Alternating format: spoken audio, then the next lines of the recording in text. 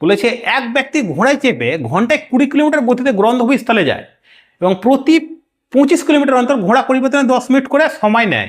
এভাবে 175 কিলোমিটার যেতে ওই ব্যক্তির কত সময়? 75 কিলোমিটার যাবে, কিন্তু সে 25 কিলোমিটার যাবে আর ঘোড়াটাকে চেঞ্জ করবে, তাহলে পর কতবার তাকে ঘোড়া চেঞ্জ করতে হবে দেখতে হবে। 175কে আমরা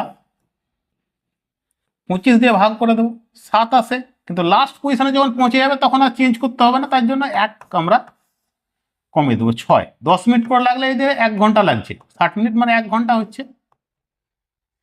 পরবর্তী ক্ষেত্রে বলেছে 175 কিলোমিটার 20 কিলোমিটার গতিতে যাবে, তাহলে এটাকে আমরা ছোট করে নেব, এটা 4 হয়ে যাবে আর এটা দেখো 35 হয়ে যাবে।